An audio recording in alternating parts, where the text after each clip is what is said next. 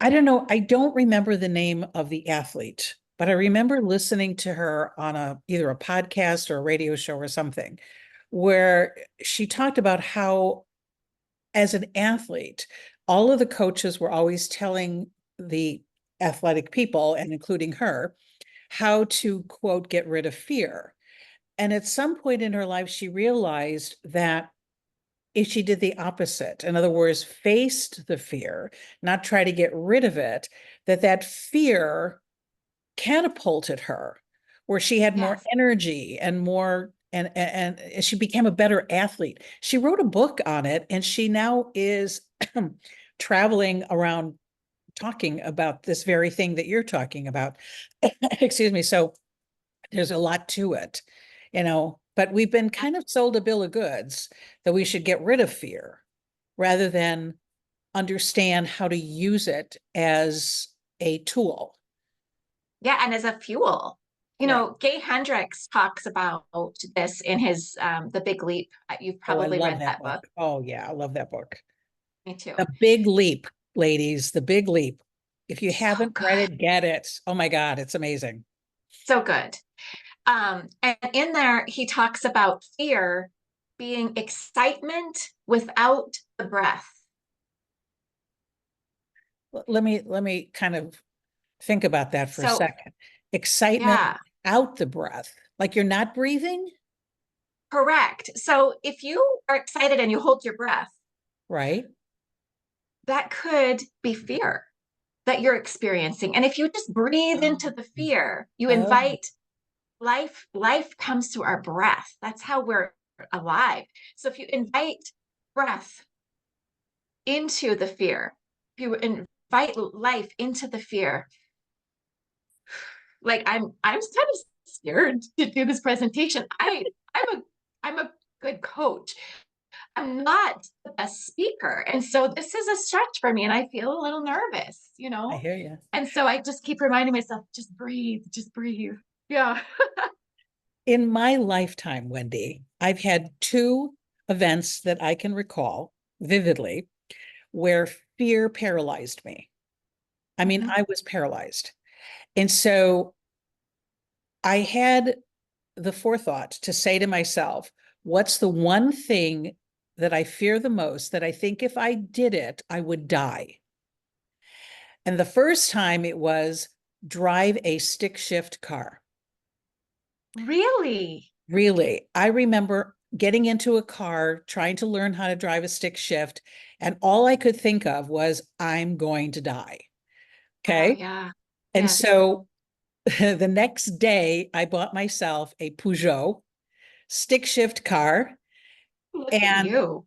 my husband had to drive it home. And the guy who sold it to me said, do you know how to drive a stick shift? I said, no. He said, then why are you buying a stick shift car? I said, to face my fear. And that's what I did. I drove that car for 6 months until the fear was gone. And then I sold it. Yep. It Well, and was then with liberating. you, you unlocked. So if you could face one of the things you thought you could die, Yeah. and everything else after that, like getting onto a Facebook Live, is like whatever. I'm not going to die here. And nobody can shoot me. But yeah, and the second time it happened, I knew, and I said, okay, what's the one thing that I think if I did, I would think I was going to die, and that was to jump out of an airplane. And I did Did it. you do it? I did it. I did it. And so I've only had two experiences in my life that fear Ah, absolutely made my knees buckle. I think another thing that would make my knees buckle, if you go to the Grand Canyon, they have a mhm. glass ledge, or one of those glass bridges. Yep. I do think, Yep. and have you seen the glass bridge where when you walk on the glass, there's some kind of a thing in the glass itself that it looks like it's cracking? So when you Oh, step on it, wow. it looks like it's cracking, and you see these people, like, literally their legs just are like Oh, noodles, and they just buckle down and they're crawling. Do you know that the only two fears we're born with is the fear of loud noises and the fear of falling. And they tested babies with that.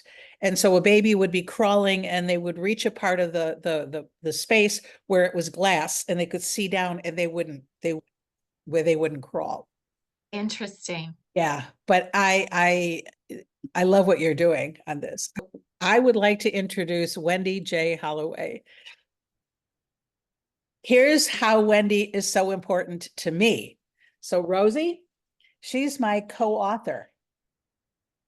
Have you seen this book that I wrote? I Wendy? haven't seen it. But I know that you wrote it. This is the second well one. done. Yeah, this is the Oh, okay. second book. Look at how thick this, look at this. So Wendy and I worked on this for well over a year, I think 13 or 14 months that it took to finally put it in print and publication. You can get it on Amazon. But should I stay or go? Navigating your gutsy decision. But this is how important this woman is to me. Not only was she was my coach for a while, but her and I co-authored this amazing book. Wendy is such a sensitive coach, direct but loving, and has helped so many women, not only herself in her own journey, but all the other women. And whenever I have a client who did go through, decided that the marriage wasn't salvageable and decided to leave, and they wanted the courage to live their new life, I'd send them to Wendy. Absolutely. So this is Wendy J. Holloway.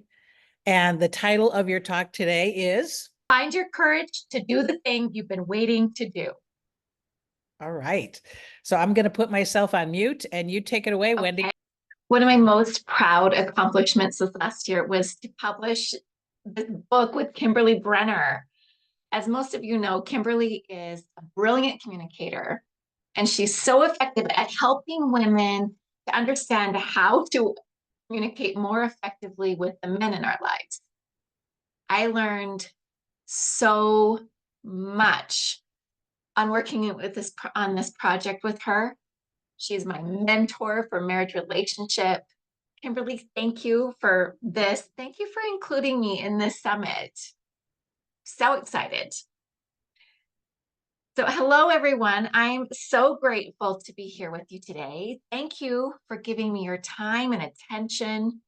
This is one of the most amazing gifts that you have to share with others. And there are so many people and so many things begging for your attention these days. I appreciate you came and are giving me yours. So whether you're watching me live or watching the replay, your presence here matters. What you focus on matters. And today I'm here to help you find your courage to pursue that one thing that you've been making excuses about, the thing that you want so much, but you might be downplaying it so you don't have to deal with the discomfort of not having it yet. That's what we're here to talk about. So what we'll cover, understanding the fear. We'll discuss why it's so hard to live your life's purpose and how we hold ourselves back. We'll deal with some practical information. I'll share some valuable reframes and strategies to help you overcome these fears. And then I have a few real life stories. Workshop, we'll have some VIP journaling. We'll engage in some powerful journaling exercises for the VIPs to help you have some clarity and taking actionable steps. It's like a blueprint for your new reality. And we'll have an effectiveness check for everyone before we're done for today. So what you'll gain clarity. You'll identify the thing you've been too scared to take action on. You'll get some courage. You'll gain the motivation and strategies to overcome your fears. And the action plan for the VIPs. Clear action plan to move forward with. So to begin with, I want you to write down, get your notebook, write down the one thing you've been too scared to act on. It might be something you're trying to keep from yourself even, like you don't even want yourself to know about it. But even if you don't know the whole thing of what it is that you really want, focus on the part that you do know, but you haven't been doing. Okay, so take a minute to write it down, and you can doing this while I talk. And you can always continue to work on this throughout this whole hour. Okay, on a scale of 1 to 10, rate how likely you are to take action towards what it is that you want most for yourself. Okay, scale of 1 to 10, how likely are you to move forward with this? By the end of the session, my goal is for you to feel more confident and equipped to take that next step towards your future. You ready to dive in? Okay, let's find your courage. My name is Wendy J. Holloway, and I am the confidence coach and founder of TLC Evolution. I specialize in transformational coaching using a holistic approach to doing more than just surviving. We thrive in life and health and business. Through TLC Evolution's 4-step strategy, people step into their sovereignty and they take control of their vitality and they achieve what they desire most without excuses. I have an extensive background in various coaching and therapeutic methods, certifications from the Health Coach Institute, certifications in energy medicine, and Ho'oponopono, NLP, and more. My life experience spans diverse fields, 15 years in real estate, 10 as a top producing residential agent, and 5 as a managing broker. I was a parent educator, utilizing my education in early childhood development, and I spent many years working for various Christian organizations. All of this gives me a unique perspective on personal growth and transformation. On a personal note, I am surrounded by an incredibly masculine family, including my 2 towering adult sons. They're 6'3" and 6'4". They're so tall. My 2 sweet stepsons and my serendipitous husband and true life partner, Neil. This is a photo taken at our wedding last August. I'm spoiled by his exceptional culinary skills. He's a chef and he does all the cooking in our home. It's important for you to know I'm a foodie. So this makes my quality of life absolutely heaven on earth. My heaven on earth would not be complete without my delightful princess puppy, Sophia Maria. I'm passionate about helping others discover their unique strengths and to accept their weaknesses as a part of their strengths. In my signature program, Fearful to Fearless, the complete mind reprogramming system, I have my clients fill out a pre-course questionnaire, and I ask them what it means to be fearless and to step into one's potential. Here's what some of them had to say. Being your authentic self without fear of judgment or not being liked. To be fearless, to me, it means to not second guess constantly. Another answer, being able to reach for achievements or dreams without the fear of failure. Another says, to stand up for myself calmly and firmly, to be able to say no when I want to. Another, fearless is being brave, taking chances on the unknown and going after it. Another says, being fearless would feel like freedom. Another says, I would love to live my life without anxiety and doubting myself. Yeah, what does fearless mean to you? Feel free to, share any of your answers in the chat. When I asked an open-ended question of what they all want most, what would you guess was stated 53% of the time? See if you can guess it in the chat. I'll come back to this in a couple of minutes. When I asked in the pre-course survey what they would change about themselves or their life, I found 3 main areas: health and body image, self-confidence and freedom from judgment, as well as financial independence and stability. They all kind of boiled down to those 3 topics. I asked the women who were concerned about the body image and health what they noticed when they look in the mirror. There were a few that were positive. I look pretty young for how old I am, says the one woman. Another says, My face no longer has acne and my hair is finally getting healthy. So she's looking for the progress there, which is exciting. And one of the funniest ones, she says, I noticed my awesome gray hair, my tan, and my great big boobs. So, but check out what most of them focused on when they looked in the mirror. Usually I go right to what I don't like that day. Another woman says, my droopy eye, my freckles, my aging features, whether I have extra dark circles that day or normal ones. Another woman says, I see huge weight gain, dark, tired eyes. I'm not the same person anymore. I guess referring to a previous version. In the mirror, there is a woman who needs to lose weight and be healthy.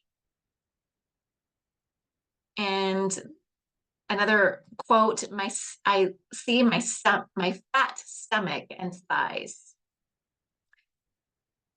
So those who wanted self-confidence and freedom from judgment, when I asked them, what is causing you the most suffering? They said, loneliness within the marriage, feeling misunderstood and neglected by their spouse, overthinking everything, and also guilt and resentment, feeling unappreciated. The women who mentioned financial stability as their most desired area of change had this to say when I asked them what they wish people knew about them.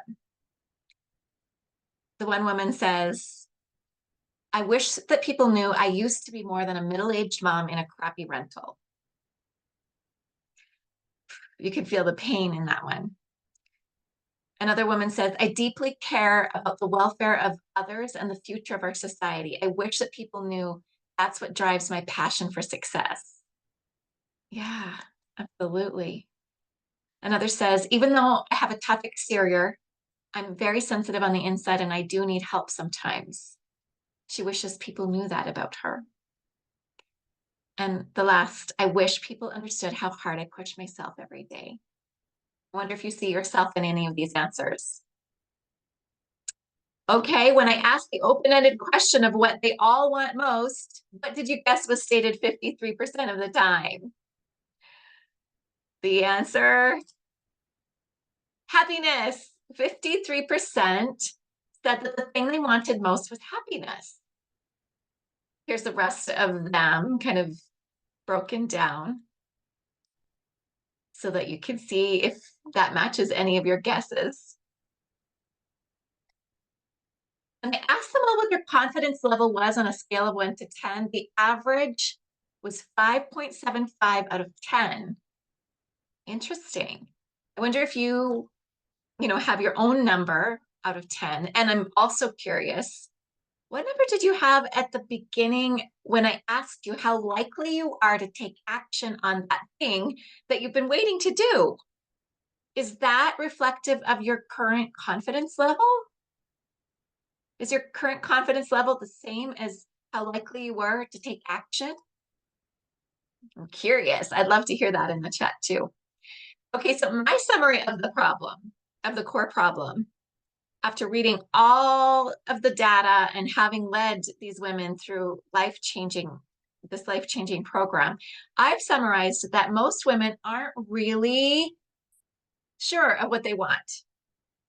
We have so many things going on, and we're focused on everyone else around us, that our confidence levels are mid. We don't know what we want. Our desire levels are mid. I'm kind of making up, I don't know, I sound cool with my lingo. The commitment that we have towards whatever we want is like just mid. So most women, our level of suffering is manageable. It might be mid too. We have so many ways of coping with the discomfort of not having what we want. And so we get by for another week, another month, another year of tolerating midlife. This is my revised definition of midlife crisis. Just mid. Everything's mid. Nothing's too painful. Nothing's too alluring. Everything is mid. So why is that a problem? Well, addressing the core problem of being mid and not really knowing what we want is crucial, because what's the point of everything we're doing if we don't know what we want? How will we know if we're achieving our goals if we don't define what they are? And why don't we know what we want? Is it because, we're soothing ourselves to sleep and having this midpoint of everything? We are shaping the future generations by our example. Our children learn from what we do, not from what we say. So what are they learning from us? Are they learning a mid-range life? Is that what we want for them? I have 3 stories highlighting the possible consequences of not addressing this, and they underscore the importance of taking action instead of waiting. Story number 1, one of my clients has immense untapped potential. She's highly skilled in marketing and knows that she could create a thriving passive income with some focused effort. However, she's constantly derailed by emergencies, illnesses, family crisis, and the recurring presence of her abusive ex. And she feels powerless to resist him. So financial struggles, chaotic living persists, hindering her progress. And each time that I reconnect with her, I hear another setback, another dream deferred, and it breaks my heart to see her potential gathering dust. Story number 2, my personal struggle with a toxic relationship. Well, my own experience mirrors the struggles faced by many of my clients. My ex-husband's tactics of name calling, gaslighting, and emotional manipulation, name a few, gradually crept into our marriage. He was nothing like the man he pretended to be when we were dating. The intimidation started really after we welcomed our first baby into this. I now realize I wasn't really in a marriage, thanks to, a lot of what I learned from Kimberly as we wrote this book together. I wasn't really in a marriage, but I was in a power struggle, and I was unarmed. I longed to be loved, to be heard and seen, and to be understood. I spent 2 decades defending myself and feeling isolated and alone. I threw myself into parenting and into my work to find validation, appreciation somewhere. Despite knowing I deserved better, I held on to the hope that my love could heal him. Sobbing into the mirror of our ensuite bathroom, I repeatedly told myself for years that I just couldn't do it anymore. The cycle continued until eventually law enforcement had to ensure my safety.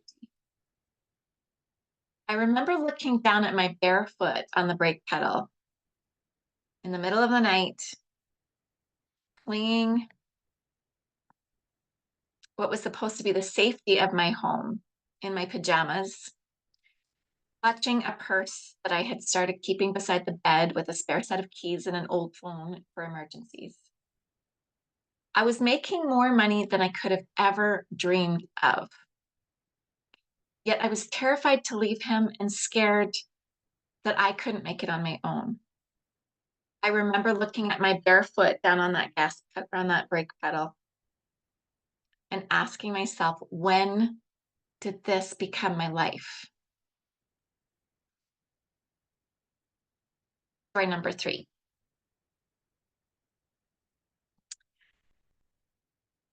My auntie's tale of unfulfilled dreams. You'd think that the previous story, being my own, would be the one that caused me to fight back tears, but this is the one that causes me to fight. My auntie's journey from poverty to success was marked by resilience and determination. Despite facing hardships, like 6 older brothers, She blazed her own trail, earning a degree and pursuing a career in a male-dominated field. She traveled the world solo and was the pride of our family. However, series of devastating events in the span of 1 year, a cancer diagnosis, her father's passing, my granddad, and her husband's infidelity completely derailed her life. So she was sought comfort and soothing. She did what we do, ladies. Retail therapy. She went shopping.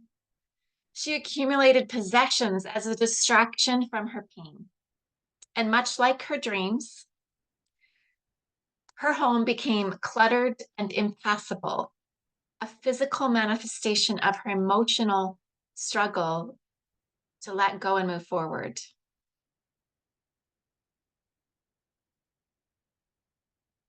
And as she retired, her cancer returned, and she passed away at 62, just as she was stepping into the chapter of life when she'd hoped to finally realize her piles of dreams.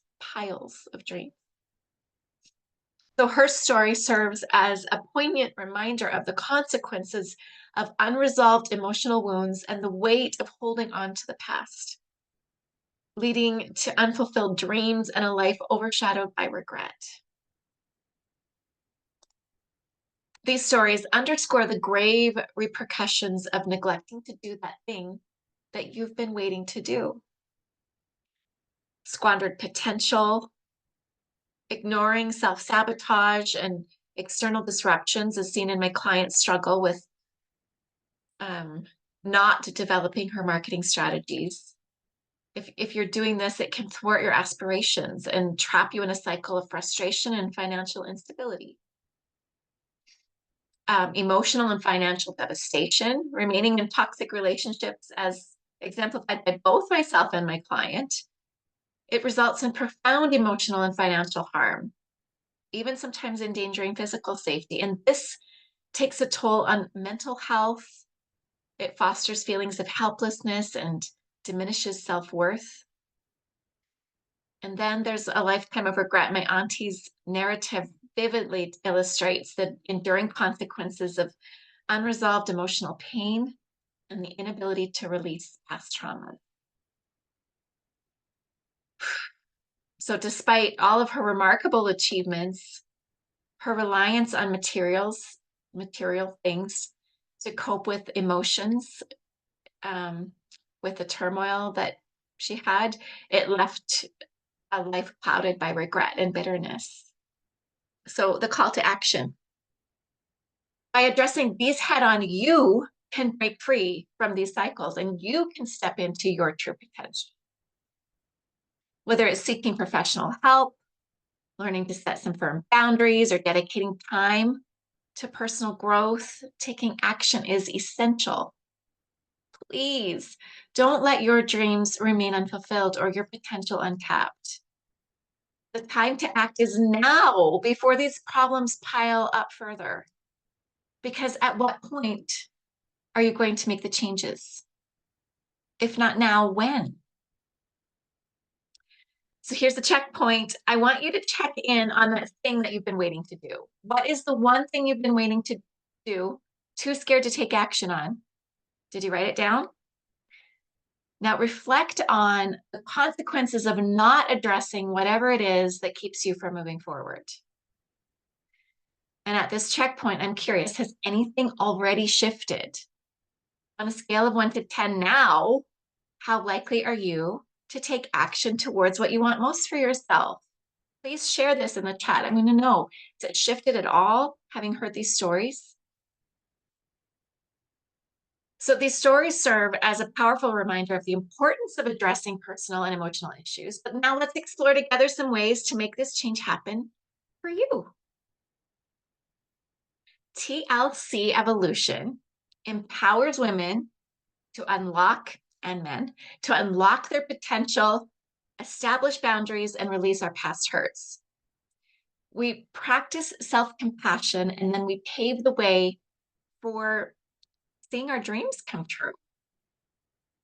So I'm going to invite you to reflect on your inner dialogue. Do you offer yourself encouragement, or are you relentless with self-criticism? You might be surprised to discover that this self-criticism is not something that deals with. I was shocked when I got into life coaching and I saw that as women, instead of focusing on our strengths, we often dwell on our shortcomings, and then we feel like victims. We look for distractions to soothe us: shopping, alcohol, emotional eating, helping everyone else so that we don't have to focus on ourselves. That's a distraction too. But the true courage begins with changing our self-talk. Imagine speaking to yourself as you would to your children or to your best friend. Embracing the self-compassion is the first step towards realizing our dreams. A little TLC in your languaging. To achieve greatness, we must be able to trust ourselves completely. And so if there's one thing that you could take away from today, I want it to be this: you will always do whatever feels best.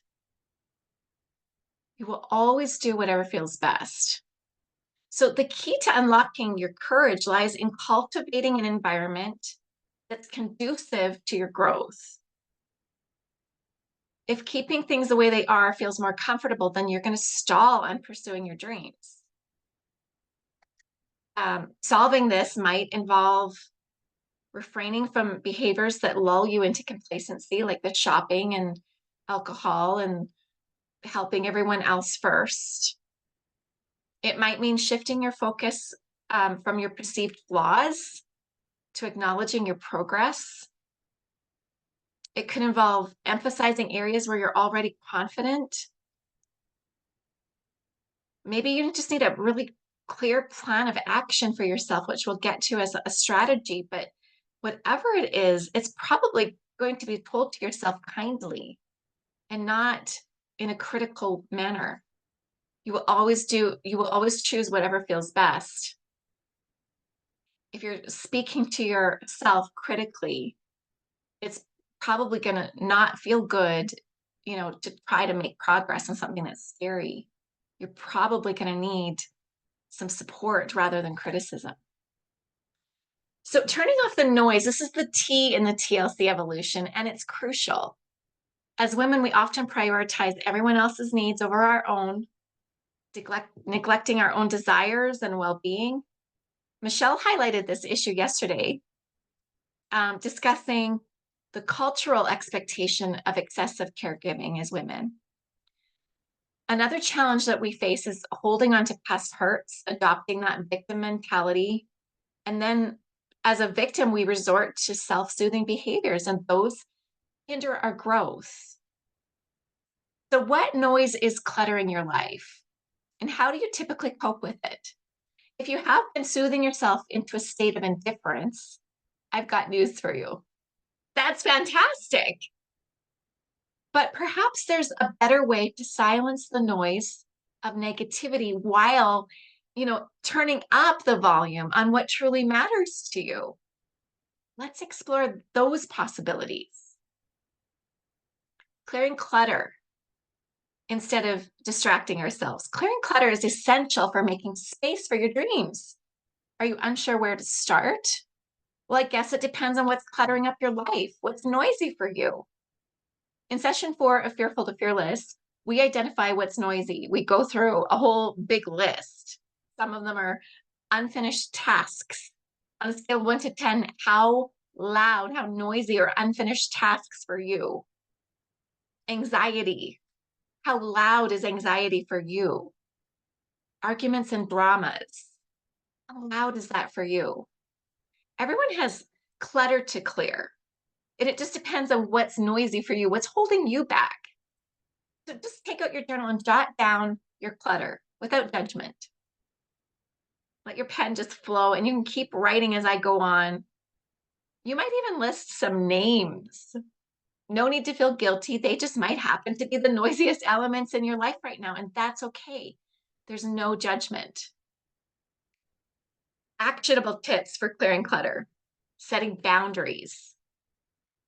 Start setting boundaries by identifying what is yours and what is someone else's. Have you been taking on too much of other people's stuff and shifting, or even just shifting your responsibilities onto them? I have a worksheet to help with this. And if you're interested, you can email me. I don't have a fancy funnel set up for this. Just email me at wendyjcreate@gmail.com and ask for the boundaries worksheet. I'll send that to you. What are boundaries for? Boundaries are about you and they're for you. I have a course called Boundary Boot Camp. It's a 4-week course that I teach with a friend of mine. Boundaries are about you and for you. Boundaries can protect your time. Clearing the clutter on your schedule can be a boundary that you're setting forward. So you could decline requests, for example. Politely decline invitations or requests that do not support your goals. You might word it like this: I appreciate the offer, but I need to focus on my projects right now. What are boundaries for? Boundaries are there to protect your money. Clearing the clutter on your spending means that you can invest in you. Allocate funds towards your goals and limit your spending on non-essential items. You might have to speak this one out loud too. You could say, this month I'm focusing on saving for my certification course instead of dining out when you get asked out, right? Okay. What are boundaries for? Boundaries are to protect your energy. Clearing the clutter on your energy is like prioritizing your life force. Eating healthy, exercising, getting enough rest. These are boundaries to protect your life force, your energy. Boundaries are there to protect your emotions.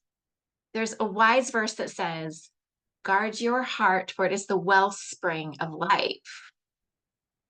These aspects of your life, all of these aspects, are building blocks for creating your own heaven on earth. These are priceless resources, and they must be protected. For protecting your emotions, you will need a whole toolbox of tools. So here's a few suggestions of tools that you can use. Write a letter to yourself or to the person who hurt you. Express your feelings. Express your intentions to let go. I also recommend not sending the letter to the other person unless you're completely detached from their response or lack of response, because this letting go is about you. It's not about them. This is about you and for you. Another thing you might do is physically declutter your space. And you can do that as a symbol that you're wanting to let go of more.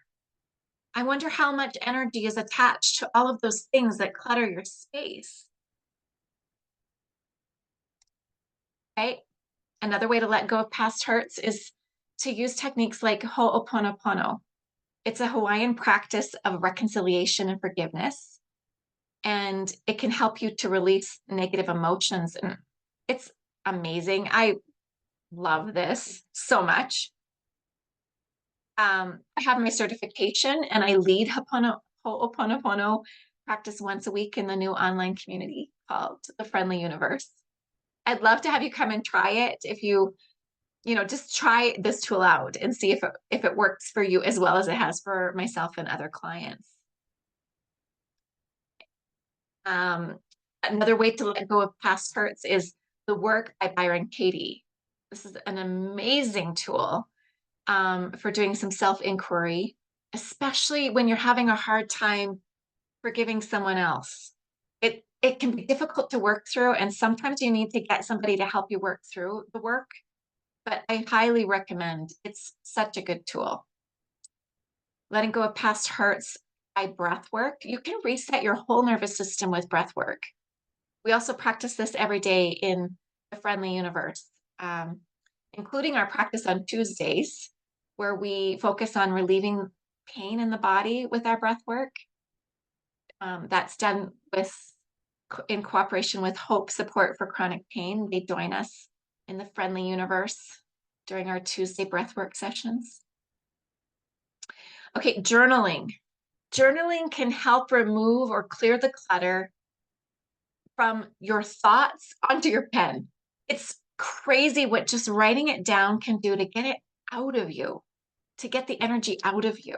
So I highly recommend. And then after that, you can tear it up, you can burn it, or you can keep it if you want to as a chronicle. But if you're doing this to let go, maybe it would feel good to go and just rip it up or burn it, get it out of you. Another way to let go of past hurts are CBT worksheets, cognitive behavioral therapy worksheets, and they can help you to turn off the noise in your thoughts. In session 5 of Fearful to Fearless, I work with a version of that called Stop the Spin Cycle in Your Head, because spin cycle is the noisiest cycle on the washing machine, and it's so noisy in our heads. So practical tips: setting boundaries, practicing saying no, physically decluttering. I'm curious, does it feel uncomfortable to make your life about you if you haven't already been doing that? Is it uncomfortable? You always have a choice. You can go back to soothing yourself if you want to. You don't have to push yourself. You'll always do what feels best. What feels best? Does it feel better, to defer it? Or does it feel better to feel a little bit uncomfortable? Can you imagine the shift that could happen for the woman with so much potential if she applied this principle of turning off the noise? By turning off the noise, she could set boundaries and she could protect her time and energy. What could turning off the noise do for my own story with toxic relationship? Well, I did turn off the noise on my ex's choices and I focused on my own choice. And that allowed me to find strength to build a life that is completely aligned with my values and aspirations. So once you silence the noise, your body's voice becomes clear. Listening to your body starts with noticing physical sensations. These physical sensations hold the truth of everything for you. Your body isn't going to lie to you. It won't yield to somebody else's agenda like your mind might. How your mind will maybe agree with someone else and take sides with them over you. Well, your body can't be lied. It can't lie and it can't be deceived. This is why techniques like muscle testing and polygraphs work, because they decipher the body's language. Learning to listen to your body is like learning a new language. You don't force it to speak your language of maybe people pleasing, for example, because your body is meant to please you. Ignoring your body's truths, like, fears, leads to disease. It stores up, your body stores up all the fears, all the doubts, but it also stores up all of your dreams. It stores up all of the inner dialogue.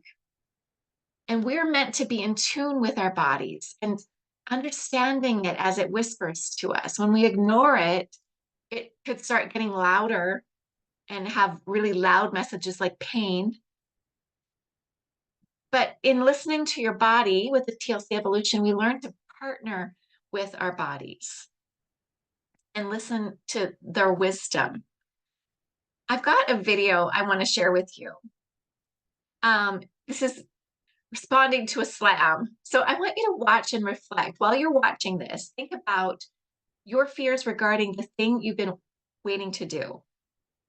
What if you had someone supporting you like this daddy supports his little girl in her fears?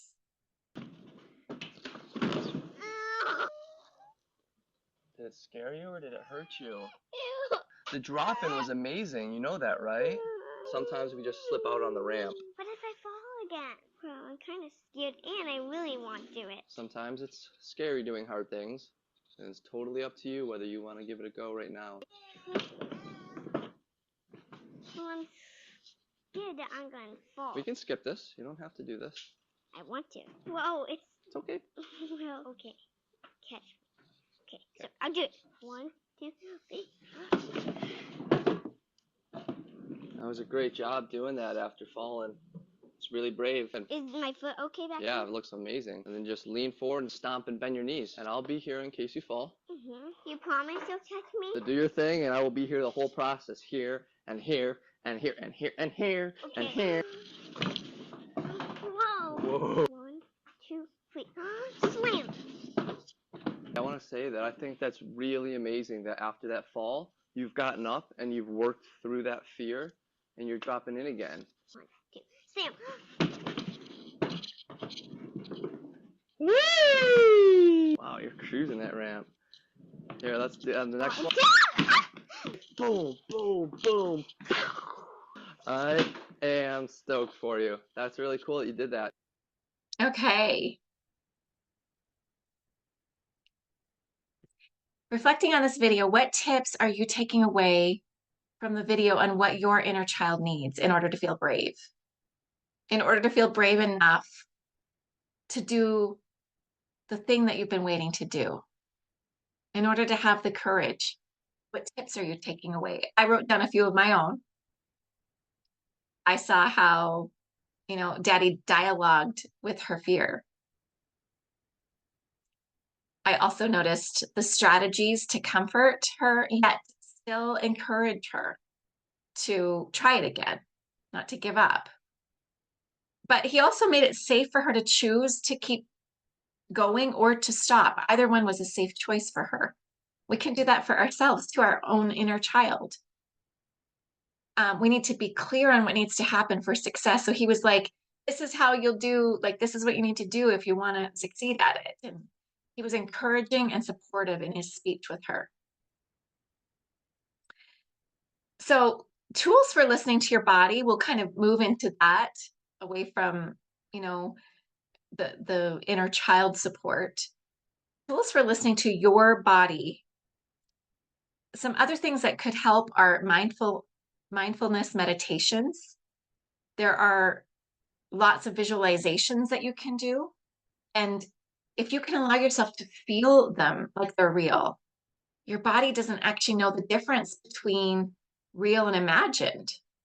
So if you let yourself like really live it out, your body thinks that it's doing, you get practice in your visualizations. Mindful sensory living. I love two things I want to recommend. I'm a big fan of Dr. Ellen Langer. She's been referred to as the mother of mindfulness.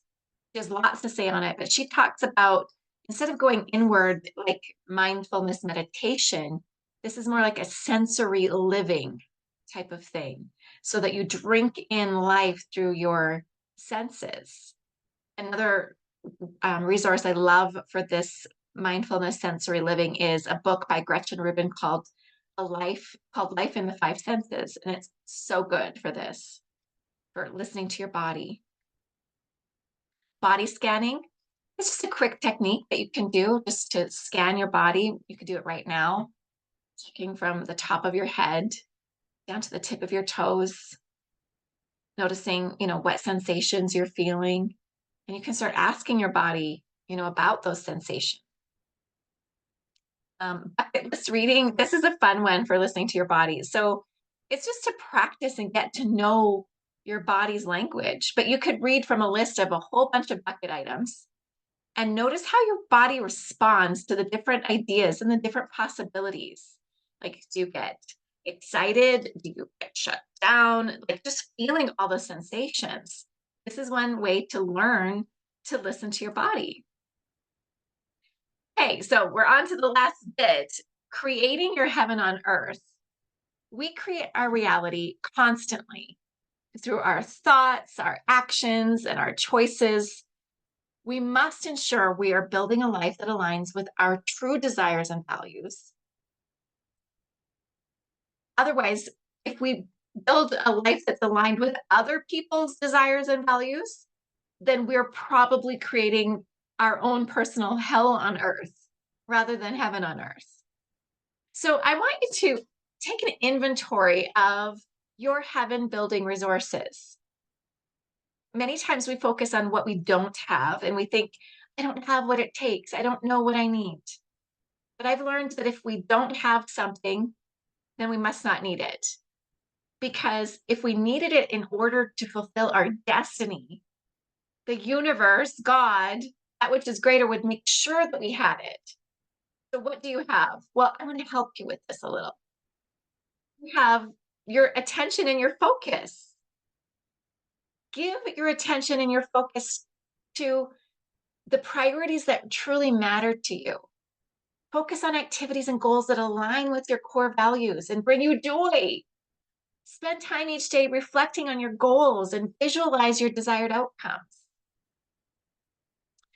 You create heaven on earth with your time. Invest your time and dedicate your time to personal growth, to learning, to the activities that are going to enrich your life. And maybe you allocate a portion of each day to learning a skill you need in order to do that thing you've been waiting to do. Create heaven on earth with directing your energy. Engage in practices that recharge your energy and your well-being. So this might include, healthy eating, exercise, getting proper sleep. Start off your day, your morning with a happy, stretching routine, a meditation. Really, we create heaven on earth with our energy, so we need to be mindful of it. Okay, creating heaven on earth with your dollars. I heard someone say one time that you vote with your dollars. If I treated every dollar that I spent like I'm voting on more of what I want in my heaven on earth, it would help me to be more conscious about the choices that I'm making, where I invest, where I place my dollars. Create heaven on earth with your thoughts. Okay, so your thoughts. The average person has between 35 and 48 thoughts per minute. Creating heaven on earth for yourself involves choosing which thoughts you agree with and which ones don't get past your inner gatekeeper. So for example, stay away from the thoughts that are asking for your time and attention on things that that don't align with what you want. Be aware. Make sure you're paying attention to your thoughts and don't let the negative ones slip by, because they'll make you feel like a victim and then you'll want to go and soothe yourself back to sleep. You need to feel awake and alive if you're going to pursue your dreams. Next, create your heaven on earth with your words. Plant seeds with your words. Plant seeds of love. Plant seeds of what you want. Use positive and affirming language to shape your reality. Speak words that align with your goals and aspirations. Practice daily affirmations. Kimberly has the greatest ones. She's got her directional mantras. Those are so perfect. Protect your love. Oh, your love is like medicine for the soul. It is a powerful concoction. And if they had it in a pharmacy, it would be something they'd have to keep behind the counter to protect it from being stolen or misused. Remember that your love is medicine, not just for your own soul, but for others. So be sure that you protect it so that there's plenty of it left for when you need it for yourself, right? It's not just for everyone else, it's for you too. Create heaven on earth with plugging into community. Connect with like-minded individuals and support networks and share your interests and values with other people that bring excitement to that. Community will encourage you. They'll hold you accountable. They'll give you inspiration. Again, there's this community that I've started and we're looking for new members. Please let me know if you're interested in checking it out. So we're coming to a close. I want to check in. Look at that thing you've been waiting to do. What has shifted over the past hour? Remember the number you wrote down at the beginning? How likely are you now to take action towards that thing that you've been waiting to do? What's changed? This is our effectiveness check. Was this effective for you? Has that number changed? I'd love for you to share it in the chat. Anything that you're taking away from this hour. And I'm excited to move into the VIP section in just a couple of minutes. I would like to play this quick 2-minute video that shares some testimonials of some of my clients who've invested in themselves and are enjoying their success. And also you'll see what a 15 Fearless minute experience is. I'm gifting this 15-minute experience to everyone in the VIP room. This is usually a $50 expense, but I'm gifting that to you.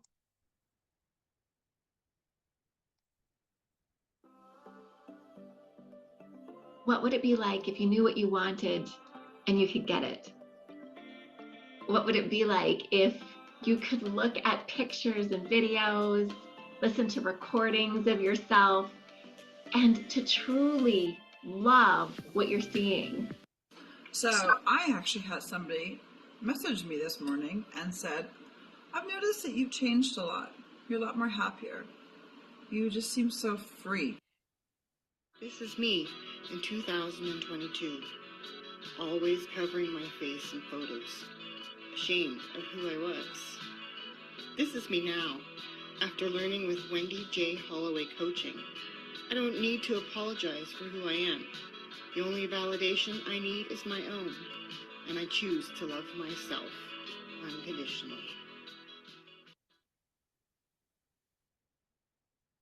Like in 15 minutes, you have like completely changed my life. Isn't it cool? It's insane, right? Because I can't unfeel or unsee what I just felt and thought. I know that heavy energy is gonna go. I know who I'm gonna be in 3 months, and this, I'm in awe of her. Like, I'm in awe of this. I'm intimidated by her. Like, completely changed my life in 15 minutes. Is that you're gonna understand your value like never before. Your time, your energy, your love. You will never again allow yourself to be treated less than. Is that something that happened for you during Fearful to Fearless? Amen, sister. Yes, like never before. Fearful to Fearless, complete mind reprogramming system. I love this program so much. It's my favorite thing to coach on. It's hard because I'm a very confident person. Mm-hmm. And so sometimes that confidence comes across as me valuing myself because I am so confident. But what I didn't understand was I could be confident and also negating my value. Mm. And I think that that's what you... I would love to have you give me a little quick trial. Come for a 15 minutes to Fearless and see if this is something that would work for you.